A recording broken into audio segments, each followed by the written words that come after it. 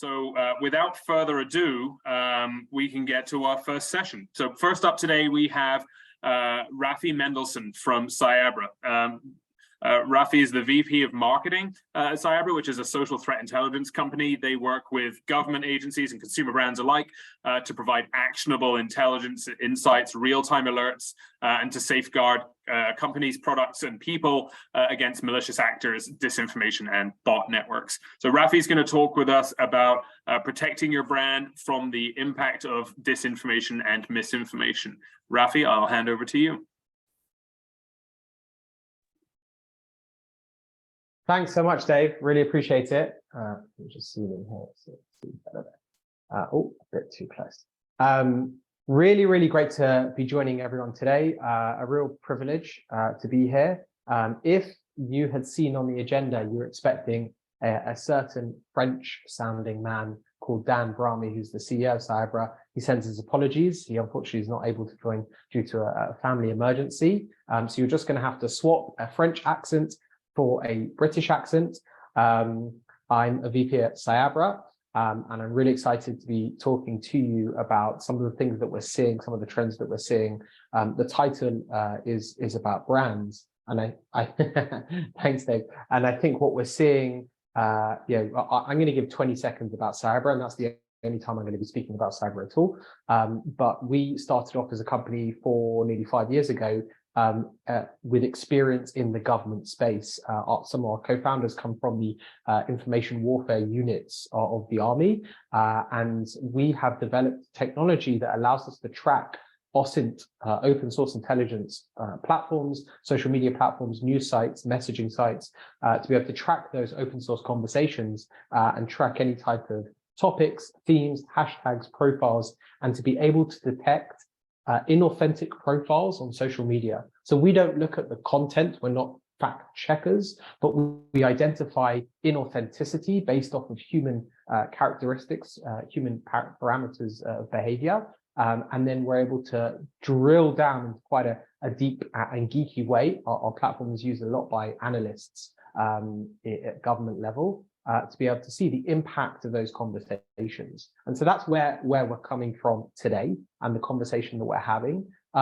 Although you might hear British accent and all of the presumed niceties and politeness that you expect with that, I'm actually based today in Tel Aviv. So please be as rude as you want, and that includes adding in lots of comments and questions in the chat. It's something I'm used to, but also please feel free to add where in the world you are, because I think I'd start from England, but now based in Tel Aviv. So really please add your chat, add your comments there. So I'm just going to kick off, and that's the last time I'm going to talk about Cyabra, because that's incredibly boring, just hearing about a company. Okay, so this is some of what we're going to be talking about in the next 35 minutes. I'm not going to scare you too much, but I'm just going to show you how easy it is nowadays of what we're seeing. I want to share a framework of how we think about disinformation and the different components of it. And then actually, I just want to show you some of the things that we're seeing out there and how that affects both governments, as I mentioned, but also brands, and then what we can do about it, and then leave enough time for Q&A. The problem, the context of where we're coming at from, and to be honest, I think presuming a lot of you are also coming at this from, is the challenges that social media, the way we describe it is it's the new attack surface for threats. Thanks to 2016 elections, if you were to speak to most governments, they get it.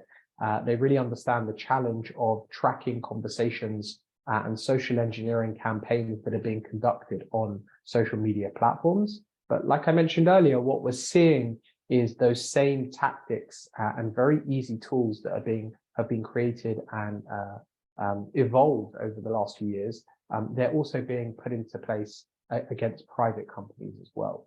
And so we're seeing more and more in the last few cases of impersonations of people impersonating brands and also senior executives, of insider threats emerging on social media, whether it's that radicalization or disgruntled employees.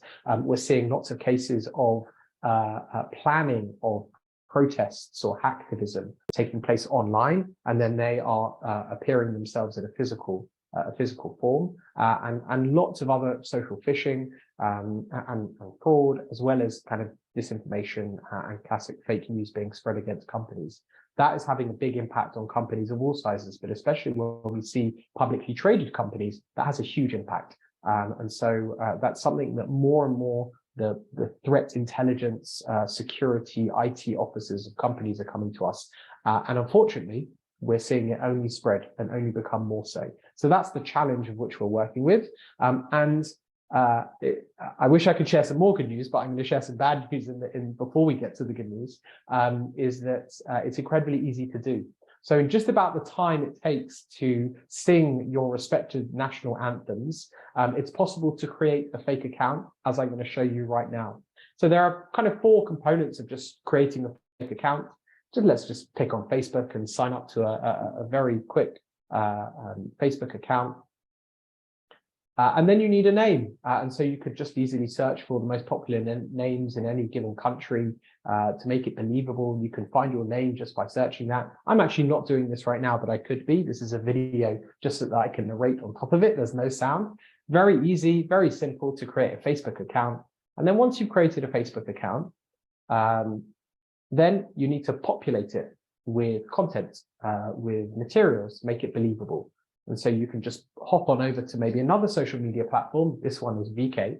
And you're taking a picture of a random person who kind of fits the profile of what you're trying to do. And you're taking all of their imagery and in order to create and populate their profile.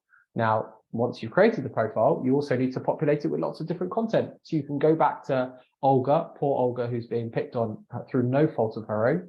And you can take all of the content going back the last few years, and then you can populate your new Facebook page. And then, in fact, you could even predate it to make it look really believable and show that there's been lots of activity and that your Tatiana fake account could be any name from anyone around the world. But we've just Tatiana Petrenko. You could just create the content. Very easy, super easy so far. And then the last component you really need is just how to make it even more believable by adding kind of believability by just adding friends. And so it's very simple. You just have to do a quick Google search of how to add friends. Now that in all took about 60 to 90 seconds. It was slightly sped up, but that's the time it takes to create a fake account. And we use Facebook, but let's just apply that to any single social media platform. That's about how long it takes. In fact, that's probably the long version, because bot farm and automated algorithms can create less believable, but can also cause damage in the thousands in a matter of seconds. So this was maybe a slightly more believable sock puppet, and it was created in 60 to 90 seconds. Now, the damage you can do with just one profile is still pretty significant. So if that's all it takes, then we should be pretty worried. And the barriers that we're seeing when it comes to accounts, actors, behaviors, and content has been reduced, and the level of sophistication and the quality to create those accounts have increased dramatically. And so one useful way, we speak to lots of people about disinformation, misinformation, and the different components of that. And one way that we like to explain it or think about it ourselves is the ABC. And we're going to come back to the ABC in just a second. And hopefully it's a useful framework with which you to have your discussions and prepare yourself against it. In the meantime, I just want to add that Cyabra as a company, we have a slightly insider's perspective, because we work with governments and many brands, but also one of our customers last year was a certain Elon Musk, who was at one point last year interested in acquiring Twitter. And he, like many people around the world, had the question of how many inauthentic profiles are there on Twitter. And so he turned to us and we conducted some analysis for him, and then we continued to conduct that analysis for him once he was given more information and the Twitter fire hose. All of this is publicly available. And so we conducted our investigation, and the number which was publicized by Twitter of 5%, I can confirm is definitely not the case. In fact, our analysis over a few months determined that the number of fake accounts across Twitter is anywhere between 11 and 14% at any given conversation. And so that's just something to share, because we're coming to you from this with an interesting insight and experience that we have. We're now bystanders watching the inside goings on of Twitter, but very much from the side, but we worked with Mr. Muskin. As a company, we are happy to work with anyone. Our mission, like many of you on the line today, is to fight disinformation in any of its forms. We do that by identifying the fake accounts and being able to see the impact of fake accounts and malicious actors. So that's something just to add there. And if that doesn't prompt the questions, feel free to add your questions in the chat about any of that, and I'm happy to share what we can. So to go through the framework, the language of disinformation, I think what's interesting about a conference, a virtual event like this, is how that there are so many different organizations and groups that are kind of emerging in this space that are interested and possibly coming at it from the same mission. You have excellent organizations like the ISCN, the International Federation of, the Fact-Checking Network, and they're coming at it from different organizations of being able to clarify what is true and not true. And then you have organizations like us coming at it from a technological point of view, looking at the actors. And so it's helpful to come together around a framework. And the way that we, feel free to apply your own framework, and I've seen other frameworks, the way that we like to think of this in our mind is the ABC of looking at the actors, behaviors, and content. And this helps us frame it, but then also maybe possibly examine it, analyze it, and then tackle it one by one and have the appropriate response. And so what do I mean by actors? And so A is for actors, and here we have an actor of our CEO who I picked on, and he is a real account. But then we can also have different kinds of bots, right? These bots, the one in the middle, some of the stuff that you might recognize, and it's often my friends and my family and my mum, when I tell her what I do, they'll say, oh yeah, I've seen those bots on Twitter. They're easy to spot, right? Those are the kind of dumb, stupid bots that you can see and that we've all come across, selling you Bitcoin or crypto. And you think, well, that's fake accounts and that's disinformation. I can spot that.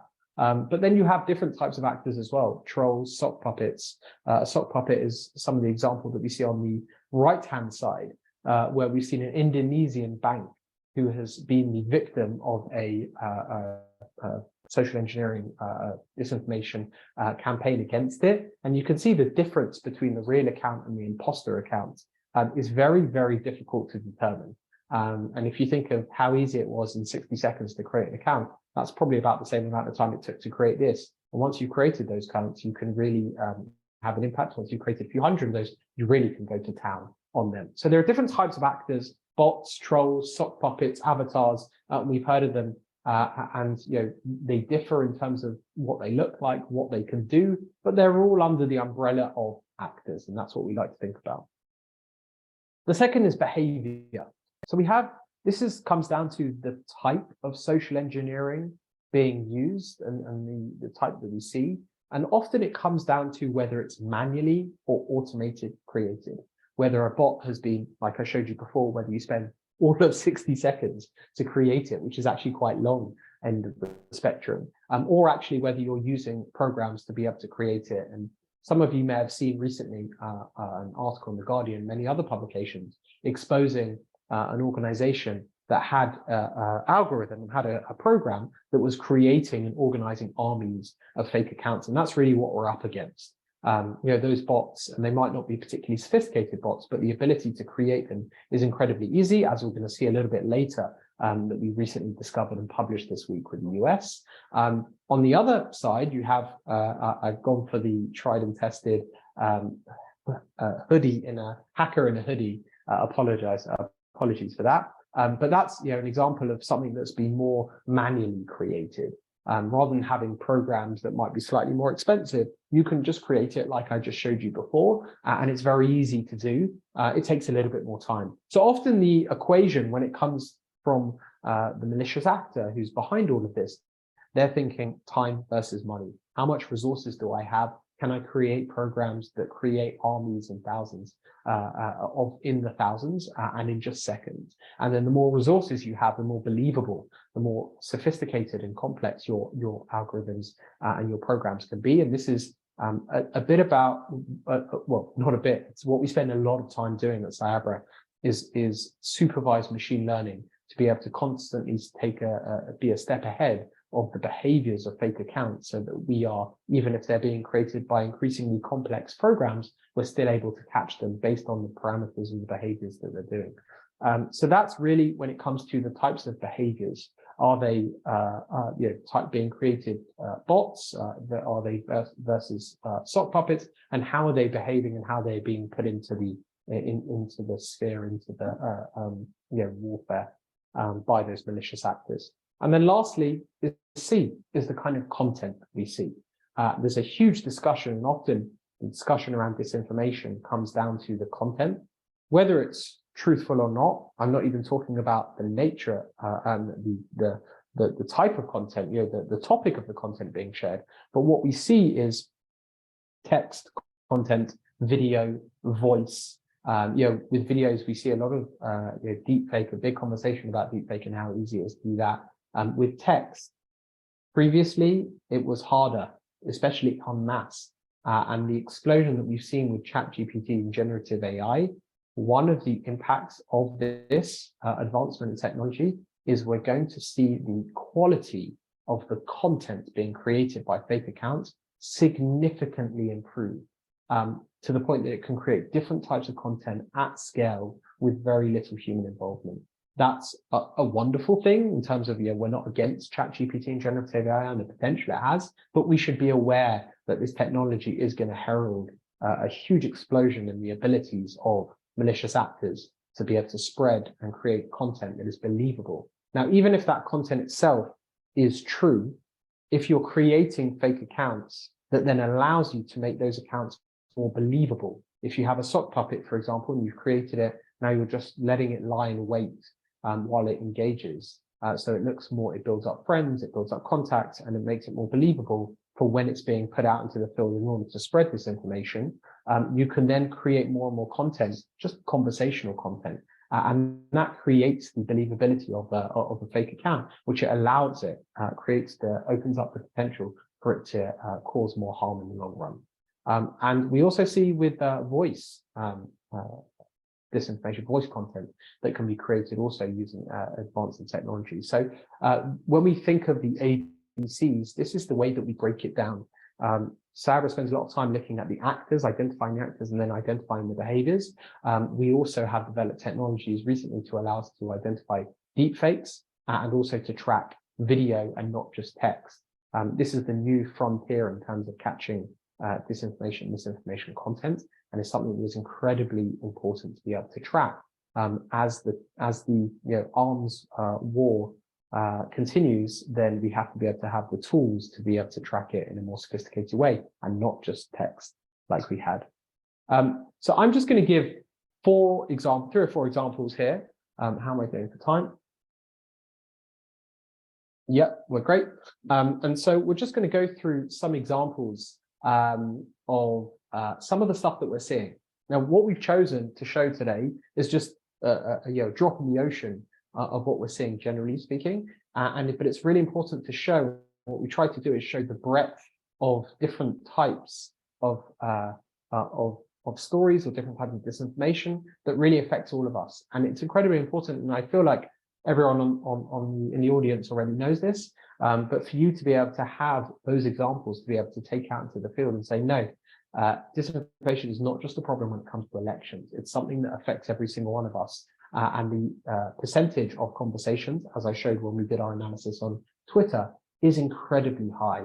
And it's not just the percentage of fake accounts, it's the impact of those fake accounts. So even if you have 10% of a conversation that is driven by fake accounts, actually the proportion of the conversation might be 20, 30, 40%. And that's incredibly scary. That's, of course, not across every single type of conversation, but depending on what we're engaging with. But I think the point that I'm making is increasingly it's not just politics or the type of topics that you would expect, but it's more of our day-to-day life. And the best example I can think of is the Johnny Depp versus Amber Heard. Now, I'll give you a little secret. One of our analysts is just a big fan of Johnny Depp. So when the story broke last year, and I'm sure you can remember the big court case, the big divorce case, it was very controversial. And for some reason, lots and lots of people were very interested in their lives. And one of them was our analyst. And so she used our platform just to see some of the conversations and maybe some of the hashtags. And what she stumbled on was incredible. And we found really high levels of the conversation were driven by fake accounts, bordering on the levels that we see when it comes to, say, elections. 10.8% at the beginning of the trial, when you went onto social media, was driven by fake accounts. Now that's a huge number, a massive number. And we can see both sides. We see it was driven by hashtags, and the conversation being driven by hashtags. And over the course of the case, as it was being televised, we see different hashtags that were waves of different hashtags that were being spread. And throughout, there were very, very high levels of fake accounts. Now, you could say, okay, but who's behind that? Like, why? What's their motive to do that? It's always hard to know exactly. I think what we've seen is a kind of perfect storm of vested interest groups, maybe private individuals, maybe themselves, who were engaging with spreading disinformation. But then also we saw that the algorithms of the social media accounts, social media platforms, were showing that there are people who were engaged in this, whether they were engaged on an emotional level or a bit based on the topics of, say, domestic abuse, or whether they were just fans of the celebrities and would watch their movies. But they were really engaged, emotionally involved with these individuals. And so the social media platforms could see that there was higher engagement. And then very quickly as well, there were influencers who could see that the engagement was very high, and if they had created content on that.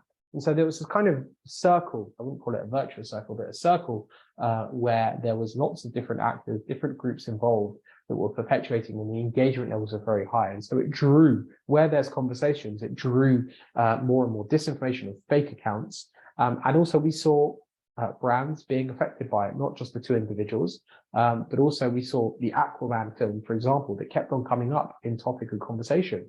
And there was a lot of inauthentic conversation taking place, but also we tracked that negative sentiment about the film increased. There was higher negative sentiment at the end of the case than there was at the beginning by 17%. And so that was just, as a brand, you're thinking about, and especially anyone who's doing influencer activity, you can really be impacted in a way and not just related to the actual controversy of a celebrity, but actually the way that disinformation can affect it and can have an impact, as actually I'm going to show you with the case of Disney in a bit. So the takeaway that we took from this situation, as we were watching with our jaws on the floor of the continued high level of disinformation, is if you think this is for elections, if you think this is for vaccine, it's not. What we're seeing now is any type of conversation about the stuff that we buy, the stuff that we watch on TV, the celebrities that we follow, the sports teams that we cheer on. This is it's the malicious actors for whatever motivation, whether that's political or whether that's monetary or just to cause chaos, is having an impact in every single part of society. Okay. Great. All right. So I feel free to, I'm just going to pause there just as an opportunity. Please add your questions, just as a reminder. Please add your questions because then it's, I think, much more engaging. And also add your comments as well. I'm happy to read them out. If there's anything, especially if you disagree with anything, I'd love to hear it as well. So the next example I'm going to show you is hot off the press. And actually, I created the slide about 3 hours ago because only, and I wasn't planning to, but about this week, we launched a report on the US 2024 elections. And I think many of you are going to be thinking, oh man, are we already talking about the 2024 elections? Unfortunately, yes, really, we are. And one of our analysts spent 3-4 weeks on really deep diving. And she actually also did this came across this by accident, because she started looking at a couple of the candidates, Nikki Haley, DeSantis, who are on the Republican side, who are emerging as opponents to Trump. And actually, when she started seeing high levels of inauthentic behavior, not something you would necessarily be surprised at, but what she started to notice is that the creation dates of those inauthentic profiles were created on similar dates, or in fact on the same dates. And so what she stumbled upon further investigation of weeks long, and put this all into a report that was published this week by the Associated Press, and you may have seen it elsewhere, is that we saw 3 massive bot farms containing thousands of fake accounts that were created in April, October, and then November of last year. The different fake accounts engage in different types of conversations, whether it's about vaccines, whether it's about the legitimacy of elections, those kind of themes, as you can imagine. But actually, from our analysis, we're seeing that these are not foreignly created accounts, but actually domestic. That's where our analysis so far has reduced. But also that these, although they might engage with different types of conversations, mostly controversial different topics, what they're aiming to do is both discredit the Democrat Party and the candidates there, but also splinter the Republican Party. So that it's not, let me just add to that as well. It's not just about attacking in a very negative way. It was more sophisticated than you would imagine. For example, with DeSantis, it wasn't attacking them, but it was actually spreading hashtags and content around the idea of Trump being the next president and DeSantis being his number two. And so it's seeding that idea to try and change the narrative. It's not about attacking or being positive about, but it's actually more of a social engineering, social persuasion type of chaos that's being created. And so we published literally just this week. Unfortunately, it's something we could expect a lot more of, although we are over a year and a half away from the elections itself. What we're seeing, which is incredibly scary, is that the groundwork is already being set as early as April of last year. And when it came to the midterms, we conducted different analysis, which in fact was the slide that I was going to show, but I think this is a little bit more up to date and juicy, is that with the midterms, compared to different previous elections, we're not seeing the numbers, the level of fake accounts. We're seeing lower numbers of fake accounts involved in conversations, but those fake accounts are having a higher impact. And so the chaos and the damage they're able to cause is just as great, if not greater, but the number of fake accounts and authentic profiles that are needed to be able to conduct that are less. And so that's worrying. And then even more worrying is what we're seeing here from the perspective of the groundwork that's being set. And so it's already begun with the aim of splintering, dividing us as a society, as a population, as an electorate, and it's something we should be aware of and on the lookout for. And then the last one, second last one, a little reveal there, spoiler, with brands, and that's the title of this talk, is also to talk about brands and how that they are being affected. I think that's the main message that I want to get across, is that brands are increasingly being involved in this, and not just from a PR and crisis point of view, or not just in case of people who might be found of one phone attacking a different kind of phone, or that kind of example.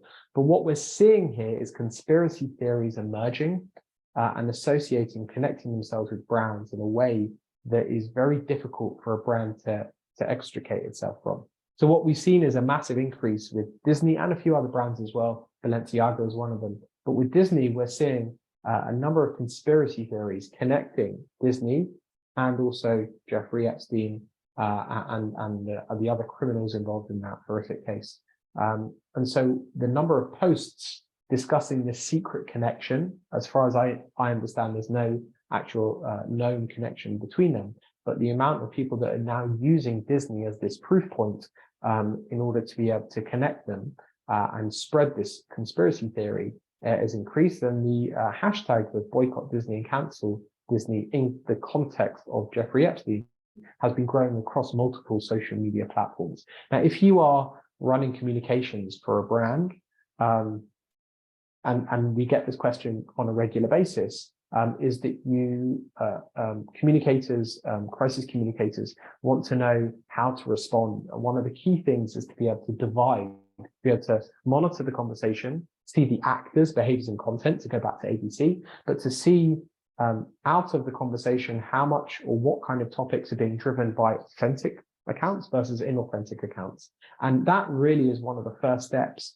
that will inform your response. Because if you're seeing many theories, many conspiracy theories being spread, you actually want to know, are they being spread by actual real people? Because if they are, your ability to respond and connect with those people is very different compared to if those conspiracy theories are being shared by fake accounts, which is a whole different strategy. You want to then inform the social media platforms. You want to try and do takedowns. You want to inform the authentic profiles that actually the conspiracy theory, here they are, and they're actually being spread by fake accounts. And this is the level that we're seeing. And so there's the strategies that you will employ is completely different. And the kind of conversations analysis you need to run to be able to inform your strategies is incredibly important. And also we're seeing with a company like Disney, the growing calls for boycotting and cancelling means that this is also no longer just the realm of the communicators or even the CMO, but it's actually had an impact and is now on the desks of CEOs, CFOs, especially if it's a publicly traded company, security, chief security officers, IT security, etc. And so all of that feeds into the need for brands to be much more aware and up their level of not just social media tracking to know how many times people are mentioning Disney, but actually looking out for those threats as they're emerging, and to be able to monitor that and be able to see, which is something that is incredibly important that we work with those brands and government, is the propagation of those topics, how they are growing and possibly shrinking, but mostly growing over time, and where are those platforms, from where are those platforms are they growing? So that's incredibly important, and you can see here just the damage, and by itself, and you may have come across one of these accounts, but when we start to see the levels of posts in one day, wow, it's can really have an impact and expand and compound on itself on a growing basis. And then the last example for me is also something hot off the press and definitely affects brands, is something that we're seeing increasingly is impersonations and social phishing. Now, this is really, really dangerous, and something we saw recently with Ticketmaster is our analysts found 9 Facebook accounts that were impersonating the Ticketmaster customer service pages. If we go right back to the beginning of the presentation where I showed you the 60 seconds on how to create a fake account, now imagine you're doing that for a company, a profile, a page, and just how easy it is to do that. And what we saw with the Ticketmaster cases, and we're not actually sure that Ticketmaster is not a company that we work with. If anyone knows anyone that does, happy to share this with them so that they're aware of it. We've also sent them a message. And so for them to be aware that actually there are quite sophisticated fake accounts that are being created, these fake Facebook accounts are taking content from the real Ticketmaster US and UK pages. You can see the content is, they haven't made it up themselves, it's taken from there. But what they've also done is they've doctored the images. So the 4th step of my 60 seconds was how to buy friends. And what they've done is they've completely skipped this out in a new evolution, a new trend that we're seeing, where you can actually just take the images from the original posts, from the real posts, and then you can add how many likes and the comments and the shares. And so it adds that believability and increases on the believability. And if you're just looking at it from a glance, you're going to see that and you're going to think, oh, okay, actually these accounts have had a lot of interactions. So therefore this is a real account, because it'd be very difficult for a fake account to be able to copy that level of shares and engagement. And so they are genuinely building up credibility amongst the eyes of people. And especially if you're not happy with Ticketmaster, maybe you try to buy tickets for the recent Taylor Swift concert, as we've seen that they're in quite a lot of trouble in front of Congress. And so that's something that malicious actors, mostly for financial gain, are leveraging and creating these accounts so that when you are a unhappy Ticketmaster customer, you can go to these customer support pages, and I'm sure they will happily help you as long as you send them private detailed information about yourself so that they can find your account and that they can return your money to you. So this is something that's incredibly important. Again, if you're Ticketmaster, this is no longer something that's just a marketing question and no longer something that's even just a customer support question, because if you're customer support, you might not even come across this. So the question is, who owns this? And that's, I think, something that we're seeing evolving hugely over the last few months. A lot of companies asking themselves, who owns this? Is no longer just social media monitoring.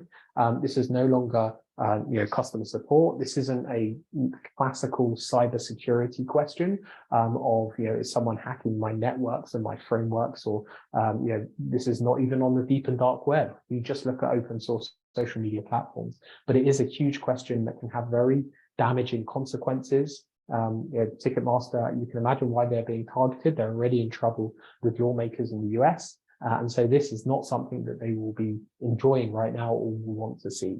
And it's causing real harm.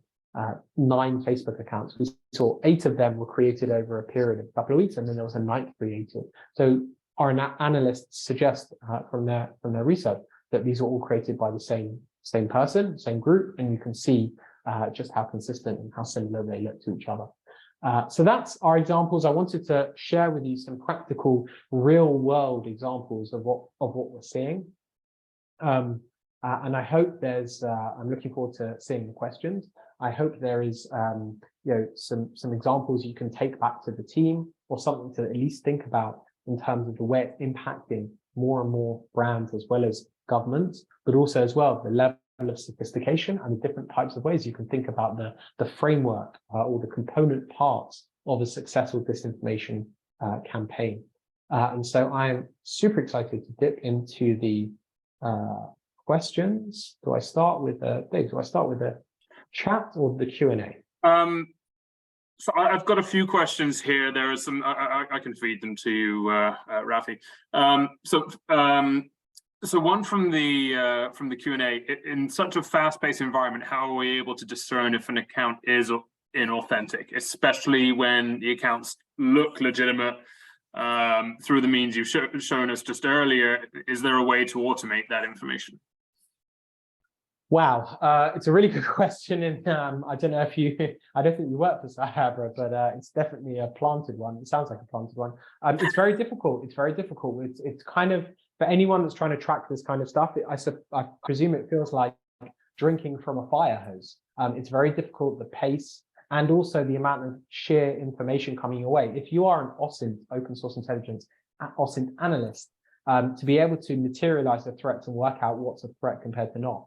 It's very difficult. The very stupid bots are easier to track, and so you're able to track those. But the more sophisticated ones, and some of those that I gave an example of, it's very difficult to be able to discern them from the naked eye, or to be able to do that at scale. The algorithm that AI, supervised machine learning algorithm that Cyabra employs, looks at 500-600 different behavioral parameters at any given time, including the kind of interactions they have, the followers, their profile, what languages do they post in, and the where are they, what's their location that they stay, and all of those things happen simultaneously at scale, and be able to track all of that.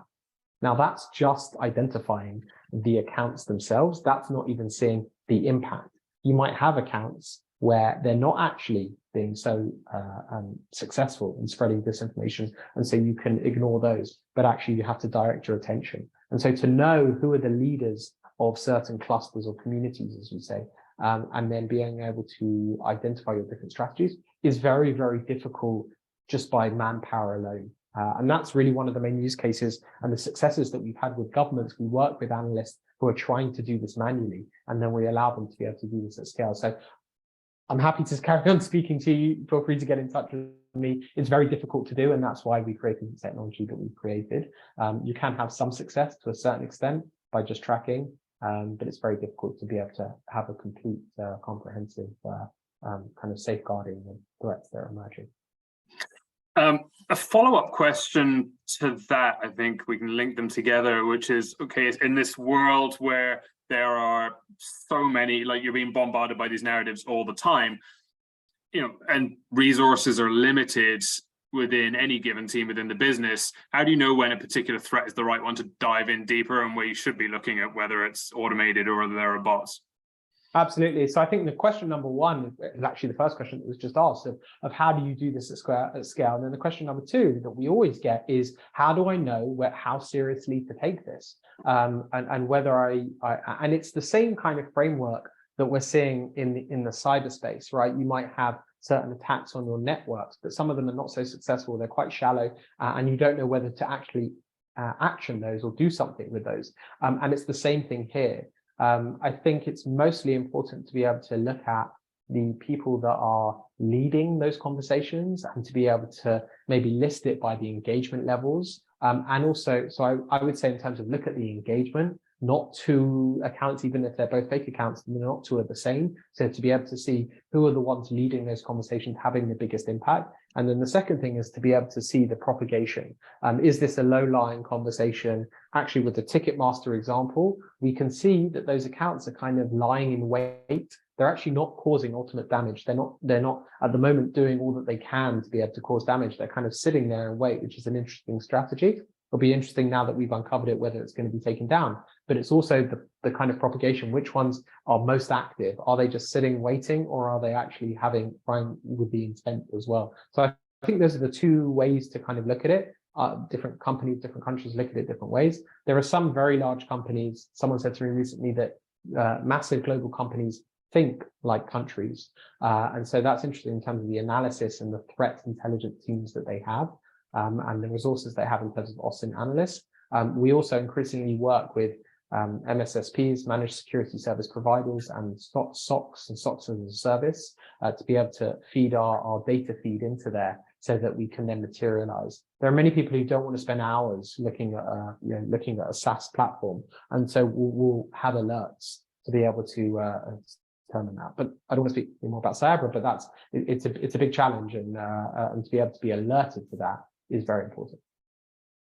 So we have another question from the Q&A, which actually gets back to something that another speaker spoke about yesterday. But how do we determine whether this is being done by state or non-state actors? And in the case of the 2024 election activity discussed, is there any indication of this being orchestrated by state actors at this point in time?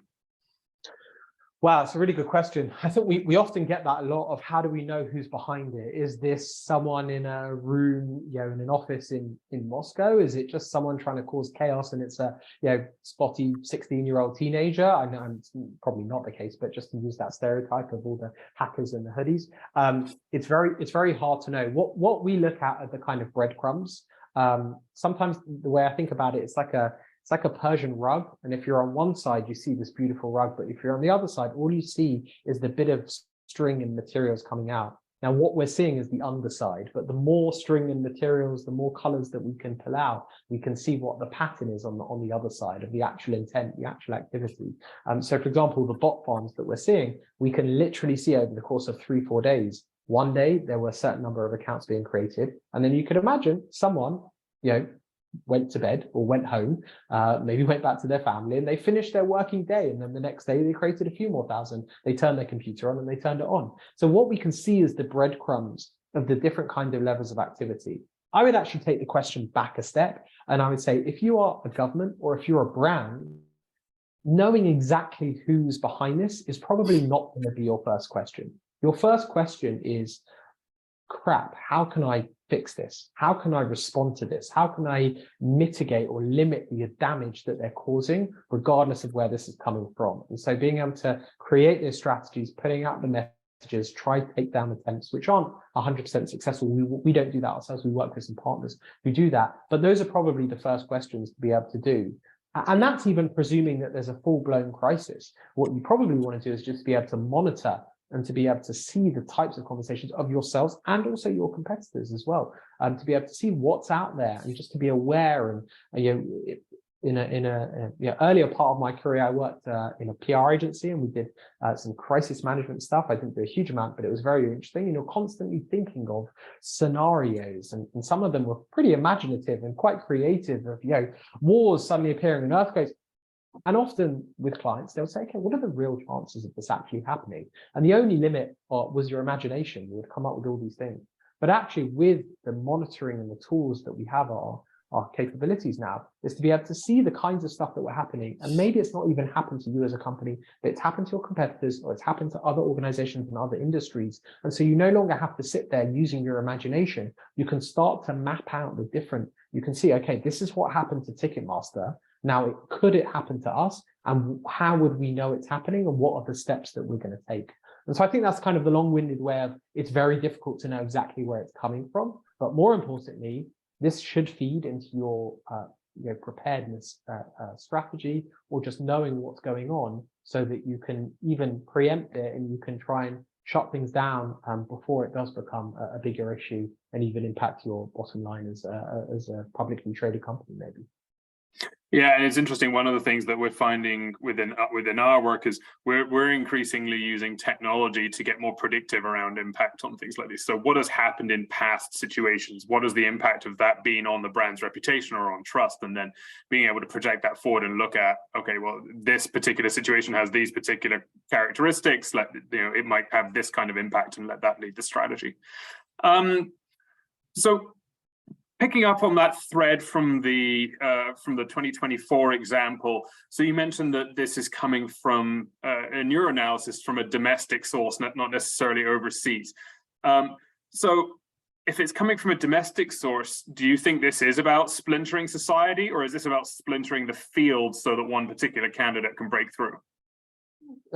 Probably both things are being taking place at the same time. Our analysis that it's domestic is based off of some kind of deep analysis that we haven't necessarily released all of that information, but it's our founders and some of our engineers, they can see the different patterns of US based versus foreign based of different countries, and there are different, once you start to get really geeky into it, you start to see the same kind of patterns. It's always a great question. Are they causing chaos? Are they trying to change people's mind? Are they what we call flooding? So maybe in terms of, if you're interested in engaging the conversation in a pure way, right? If you're wanting to know, especially just for elections, you want to know what the main issues are, but then you go onto the topic of social media and it's just buy and accusations and negativity, and then you just might think, you know what, this is not for me, and you might not even vote. That is also an objective, and that's a tactic that's being played out. So it could be to splinter society, it probably is, and it also could be in terms of social engineering. I think this far back, it's interesting to see, especially with DeSantis, the seeds of ideas being planted in terms of, actually, no, you could vote for him, but as a running partner. Wouldn't that be interesting? We're not against any one candidate, politician. We see ourselves as the analysts. We're just reporting in an objective way what we're seeing, but people can make, based on the breadcrumbs that we've thrown out there, I think people can make their own assumptions. So question on the Ticketmaster example you had. So there have been a lot of fake customer service accounts that we've seen over the last couple of years. We've seen Reddit threads on them trolling the posts of people who complain about those companies and that kind of thing. Do you think that this Ticketmaster example is connected to them? And the bigger question is, why do you think people are doing this? If there doesn't seem to be a commercial or a political motive to this, why are people doing this? Well, I don't think we can underestimate the fact that there might be a commercial incentive, especially with publicly traded companies, large organizations. We saw recently, it wasn't something that we worked on, but we saw recently that Eli Lilly, the pharmaceutical company, and someone created a Twitter account. I mean, talk about 60 seconds, that probably took them 30 seconds. And they bought a blue tick, and they then were able to put out very believable content that the company was putting out its products for free or for reduced price, and they lost billions of dollars in share price. If I'm a CEO, CFO today, that would be the kind of thing that I would wake up at 2 o'clock in the morning in a cold sweat, because very easily a CFO can go to bed and then everything be fine, and then wake up and a fake account created by someone. I don't think we can underestimate how that could have been done for commercial gain, just like the Ticketmaster. The ability to either defraud and phish for people's account details and then put that to action, or just to cause chaos and then see a slight change in their stock price, as we saw with Eli Lilly, and to be able to take a position on that is incredibly powerful. We see so many different conversations about on social media about stock tickers and commodities, the conversation there, and so the ability to, and that in and of itself is not a bad thing. Social media is today's town hall. It's where so many of our conversations are taking place. We're not against social media. We're not against the platforms. There's so much good that has come out of those. But the ability or the potential to abuse that for commercial gain, I don't think should be underestimated. And where there is people, conversation, and potential value and profit to be made, the levels of sophistication, some very, very smart people, even if their motivations are very, very bad, are going to put a lot of energy into that. So we have one more question right now, folks. Reminder, if you have other questions for Rafi, please drop them in the chat or in the Q&A. So you mentioned in your session that any type of conversation that people care about is nowadays being affected by this. Why do you think that is? What's the objective? Is it just people getting their jollies? Is there more, you know, is there a bigger picture here? Like what do you see is what's driving that? I think it's for all of those, for geopolitical, for financial, and also just to cause chaos. It can differ depending on the topic of conversation. I think as a society, I hope I haven't been too negative throughout this talk. As a society, I think we've become more aware of the concept of fake news and disinformation. There have been some measures that have been put into place by the social media platforms, but what we're seeing is, I think, again, to take the town hall example, where there have been more conversation, where there is more conversation, we also see it draws like a moth to a flame, kind of more people with less good intentions. And so I think there are lots of people with free time on their hands that are looking to cause chaos and just be negative. That's always existed, but now that there's a place for them, even more so, there's a place for them where they can't see the reactions and responses and sensitivities of other people, and so they do this almost guilt-free. But also there are some very sophisticated malicious actors who are out there looking to cause harm for whatever motivation that they have. Awesome. Okay, well, Rafi, thank you so much for this. This is a great session. Really enjoyed the Q&A as well. So appreciate your time and your insights. Thank you so much. Thanks for having me on. Awesome. So next.